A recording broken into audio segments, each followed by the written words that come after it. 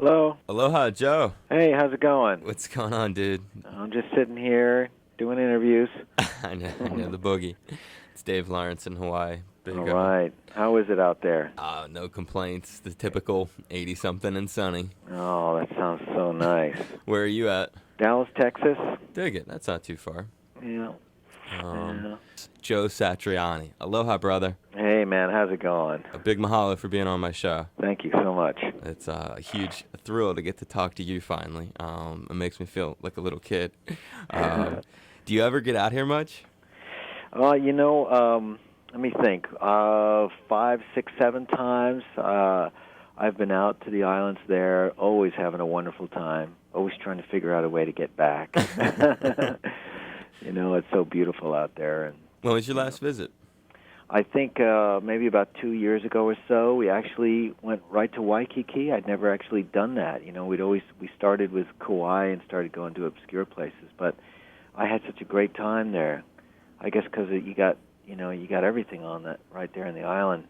Yeah, that's where I live. I feel I'm bummed that you were here and you weren't playing. You were just hanging. We were just having a great time. Yeah, my wife and my son, and enjoying that.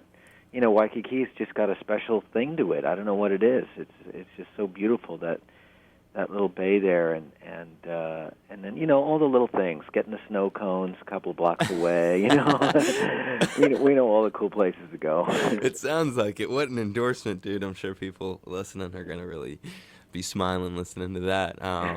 And coming here really just because you like it, not really because you have a gig, just because you're into it, and for all the right reasons too. That's awesome. You got to come back with your family. Now would be a good time with the record and stuff happening. Yeah, it would. Yeah, maybe on our way somewhere else. We could stop. I mean, my crew was always saying, "Hey, next time we go to Japan, why don't we stop in Hawaii on the way back? And relax." Me and your crew are thinking the same. Is that right? All right. So Super Colossal. It's when I talk about it on the radio, and we call these things like these new songs by artists like you. We call them current classics here, which a lot of people probably use similar terms and stuff. And whenever I play it, it's like it's such a monster riff. I almost say on the radio when the song ends, because we talk on the front and back of the songs to really help people understand what they are. And I come out of it and I'm like, man, I wonder if Joe called the thing Super Colossal, because when you listen to it with headphones on, it just sounds so big. How did the name of the record and the riff come about? Well, I was messing around with some, gear, and I was trying to find a new sound. And in the back of my mind, I was thinking I'd like to sort of come up with some kind of a theme for this new record I was working on that didn't really have a title yet.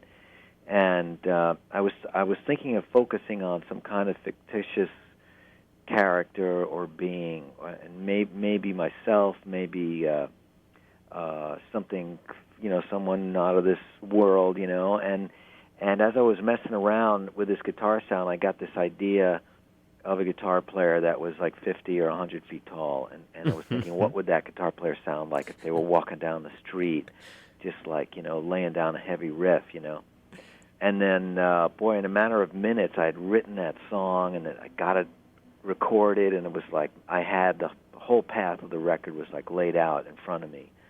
And so that's how that song really got its start, and how it became like the flagship of the album. Add some insight into how Joe thinks. It's because you're just not a regular guitar player. You're just you're like over the top, and to hear how you look at it, wow. So that's the image, because I have this image now, this big guitar player like King Kong size walking through New York. Is that and it's exactly, you. Yeah. With your shades and stuff. It's just a funny image. Yeah. Maybe walking through Waikiki. That would be great, huh? Actually, it's funny. After we were getting ready to put the whole package together for the album, and I was mentioning the story to someone from the label, and I got a call back a couple hours later saying they wanted to do a video, and they arranged these guys who were sort of pioneering vectorizing human performances and making them look like they're sort of like a digital cartoon, And we actually made a video for the song, and people can check it out on our website or the Epic Sony website as well. It's pretty funny. I mean, Satriani.com. Yeah. And is the video kind of like what we were just talking It's about, or? exact. It's fun. It is really funny. I mean, it's a lo-fi video, but we did it just for fun, you know. But yeah, it's a sort of a cartoon version of me. They do this thing where they film you, and then they call it vectorizing. I'm not sure technically what it is, but you turn into like a 50% cartoon-looking character. It's pretty funny. That's crazy business. Satriani.com is Joe's official site if you want to take a look at it. Is that thing getting spins on any video outlets that you know of, or? Yeah, you know, one of the things that just happened that was pretty cool is that there's an entity called, I think, what are they called? Sports Stores or something like that. It was one of those things that you don't naturally think about. You know, usually you think MTV, VH1, but to actually get a lot of people looking at it, you really have to think retail these days, you know. And Sony was able to get us, a lot of play. This is like every day they show it like 5 or 6 times for the full month of May at these sports outlets. So that would mean like Foot Locker and Best Buys and all these stores and ESPN zones and things like that. They have their own closed-circuit TV system that plays throughout these stores, you know. Yeah. And so you'll be able to see Super Colossal in there. They'll be spinning that a number of times every day, and that's actually a great place to see it, you know. Yeah, it's hard. Things have changed, huh? It's good though, because you know it gives an artist like myself. We don't make music that's conventional. It doesn't really sit there. That's true. You know, right next to rap artists or R&B artists. You know, Christina Aguilera or somebody like that, or you know, we don't really fit into that thing. And so, for any artist that's really still playing rock music, it's kind of spread out now over TV, closed-circuit TV, iPods, the internet, and so we don't mind that. As a matter of fact, we welcome it. You know, we don't discriminate against the smaller forms of media at all. It's what you need, really, to get the stuff out there. Exactly, yeah. And, I mean, it's really become sort of a grassroots. This kind of stuff, I'm including you in the larger picture of classic rock, essentially. Yeah. It's tricky. It's tricky to get it on the radio, and It is, yeah. You know, we had a lot of success doing our own podcast this time.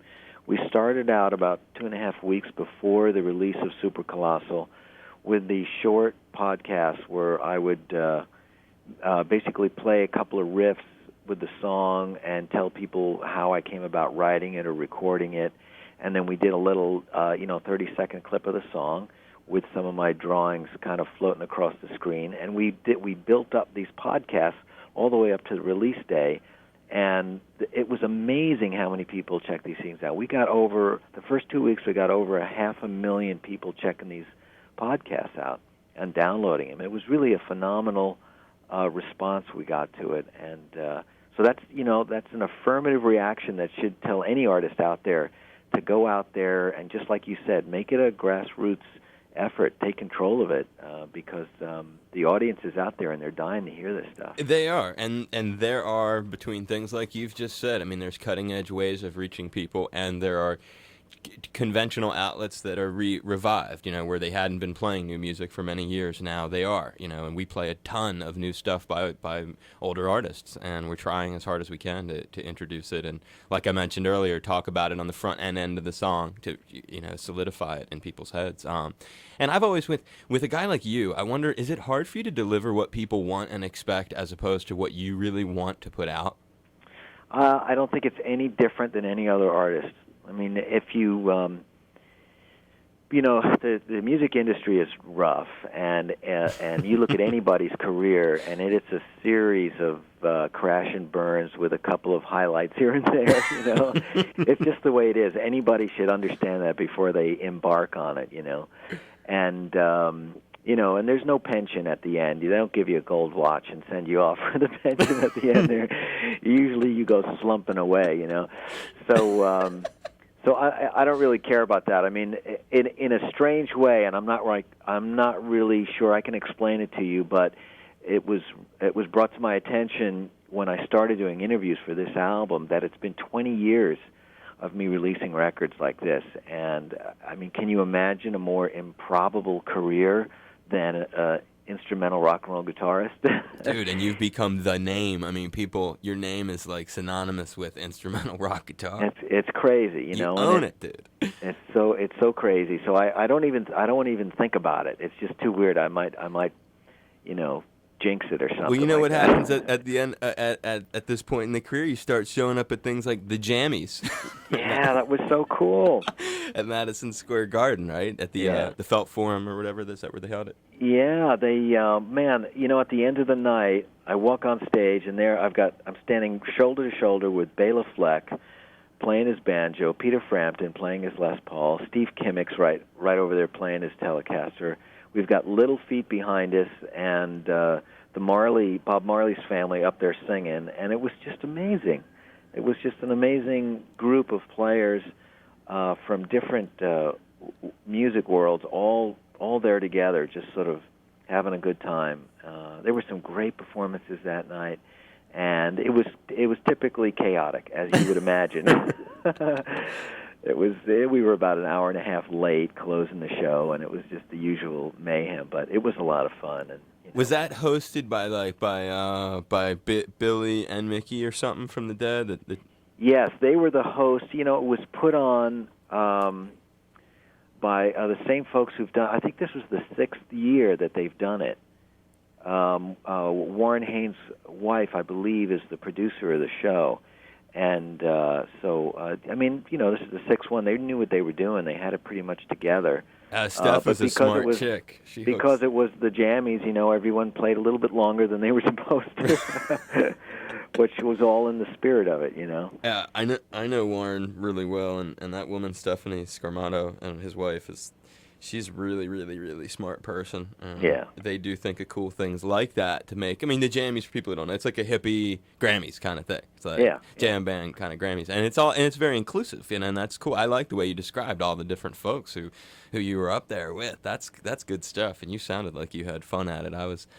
They send little the rock prep sheet things that you get at radio stations, as you can imagine, have little blurbs about it. And when they sum it up into a paragraph, you don't really get the feel. So I was stoked to get to hear from that. Is that any time they'd release those kind of things, put out some kind of record of that, or no? Yeah, I really don't know. There were cameras everywhere, so my guess is it would be a nightmare of licensing.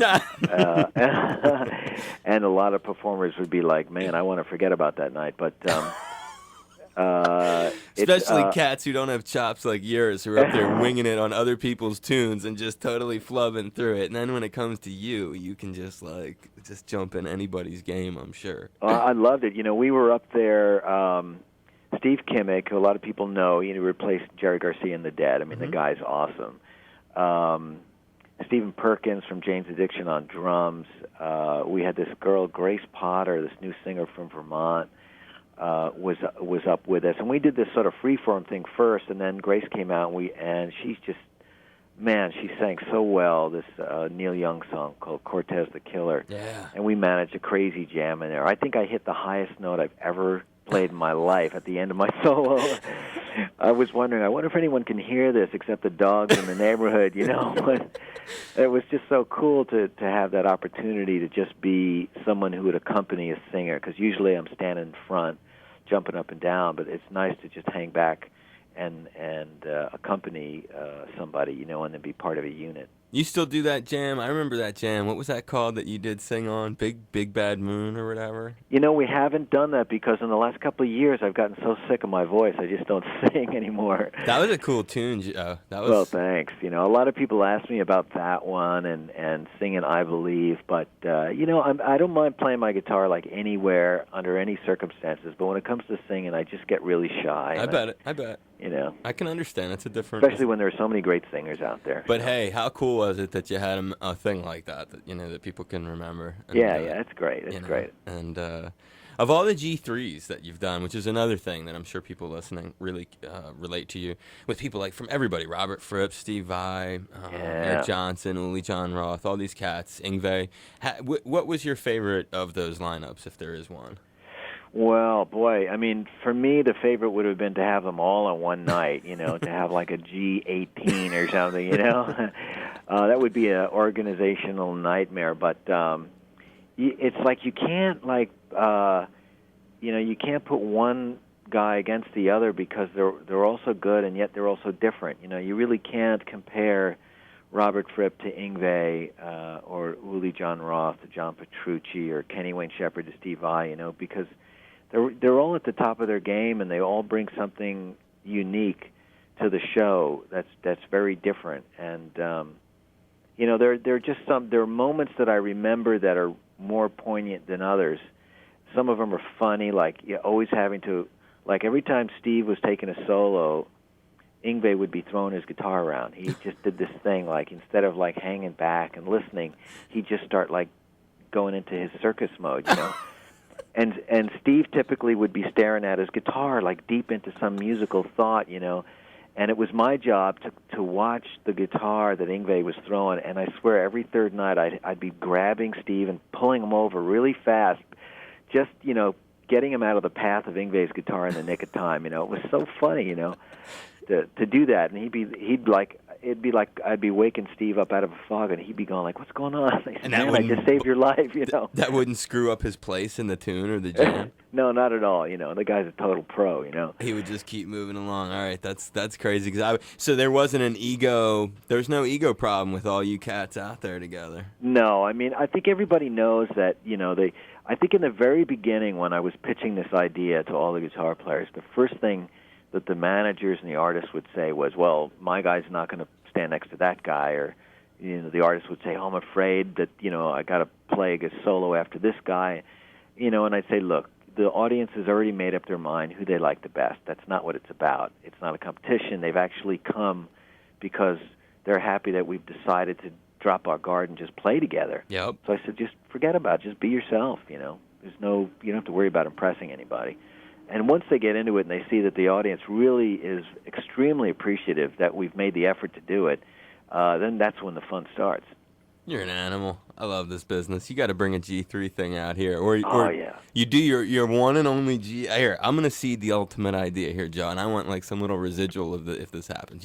You do one G something summit here in Honolulu at the Blaisdell Arena. And that would be great. And and you get all these cats together. And I'll see if I can. I'll talk like Jeff Beck and Eddie Van Halen to join in, and we'll have a real blast. I was actually going to run a couple young cats' names. I'm just curious, like, do you know Derek Trucks? Yes, he's amazing. Okay, that's just curious. Yeah, we shared the stage at a Les Paul anniversary, actually birthday party last year at Carnegie Hall, and I mean, I don't think there's anybody better on the slide guitar. He and Sonny Landreth are absolutely amazing. You can't touch those guys. Wow, good, and that's nice to hear you say that. We've been pumping his record up a bunch. That that tune Revolution? Oh, yeah, cool. How happening is that, man? That's great. And his producer wrote it, which is the weird thing about that. What was your... Am I all right with time with you, Joe? Yeah, I've got a few more moments. Okay, cool. You just appeared on Ian Gillan's solo collection. Gillan's In, right? Yeah, and I was surprised to find that he included some bootleg footage from when I was playing with Deep Purple, and I was happy to see it, actually. I'm not sure the record company is aware of it, but... Do you have good relation with all the cats from your Purple experience? Yeah, those guys are so great. I mean, man, that was a dream come true to play with them, and it was a bit of a nightmare because... I'm a big Ritchie Blackmore fan, and I originally turned down the offer to get the gig because I knew in my heart that there's no replacing someone like Ritchie Blackmore, But then I turned around and called the guys back and said, "Look, I'm crazy. I got to do this. I can't turn this down." And so I had to, put up with some flack from the audience who rightfully was hoping that Ritchie was going to be on stage because the first tour we did, I only had about a week and a half to prepare, so even the audience wasn't aware that there'd been a bit of a problem with Ritchie leaving the band. But those guys, they're amazing players. They sound exactly like they do on record. It's amazing. And they're really nice guys, too. And they're great guys. They improvise like crazy. Yep. And so that part of it was fun, and it was a piece of cake. They do jam, huh? That's right. They're a real jam-oriented kind of thing. The hard part was figuring out which songs to do just like Ritchie and which ones to sort of reinvent so that it made sense to the modern lineup. But yeah, and taking part of Ian Gillan's solo release was great. You know. So you're still tight with him? Yeah, yeah. How about Mick Jagger? Yeah, of course. You're still tight with Mick? Yeah, unbelievable performer, man. That was, you know, he was one of the first guys I met that was, you know, probably one of the most famous lead singers in the world, amazing entertainer, musician.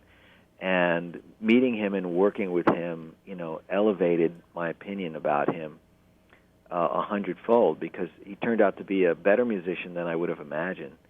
The guy was crazy. I mean, a lot of fun to hang around. I mean, the rehearsals were barely work. I mean, it was mostly just going places and having fun and just talking about stuff, and a little bit of rehearsing thrown in. And on stage, he was completely, like, alive and improvised, and I'd never seen anybody put out for an audience night after night. I mean, we were doing 3 hours and 15 minutes, and he was the only lead singer. Think about it. Man. And that, I mean, you know, and he was considerably older than the rest of us, and yet the guy was outdoing us. It was truly amazing. And I thought, well, that's the way to be. If you got to look up to somebody in the business, there's a role model right there. And you're still tight with him, huh? Yeah, a good bunch of guys. And yeah, they're supposedly ending their tour here in Honolulu. oh man, well, you guys got to see it. We caught the show when it came through San Francisco a few months ago, where I live, and that was the best Stone show I'd ever seen. It was. I was just totally knocked out from the sound, from the way everybody was playing, the way Mick was performing, his singing. It was just, even the sound of the show, the guy mixing the show. I think it was like they finally figured out how to make them sound really amazing, which was basically just not get in the way. Right, right. Sometimes that's a big part of it. Yeah. Well, it's a thrill getting to talk to you again. I never interviewed you before, but I did meet you a long, long time ago. You would never remember meeting me, but it was a memorable gig for you, you might recall, at the old Boston Garden for a legendary Boston radio station, WBCN. Oh, yeah, of course. We were on there with Extreme, I think, right? Exactly, yeah. And Peter Wolf and Mighty Mighty Boss Tones and Crash Test Dummies, I think it was. It was a bunch of different bands. Yeah, I remember that. That was the closest we ever got to that venue. Yeah, you were right there in the Boston Garden, dude, wow. wailing. That's great. It was good stuff. Well, it's good to talk to you again then. Yeah, well, please know, Joe, that if you want to motivate out here and you're just hanging with your family, I'd love to have you drop by and hang. I'll make it catered and really, really pleasant for you here at the studio. Or if you want to work out a deal and get the band out here on the Super Colossal tour, you got to know that we're ready to support it. Great. Thank you so much. Hi, this is Joe Satriani, and you're in the right place for sure, listening to my buddy Dave Lawrence.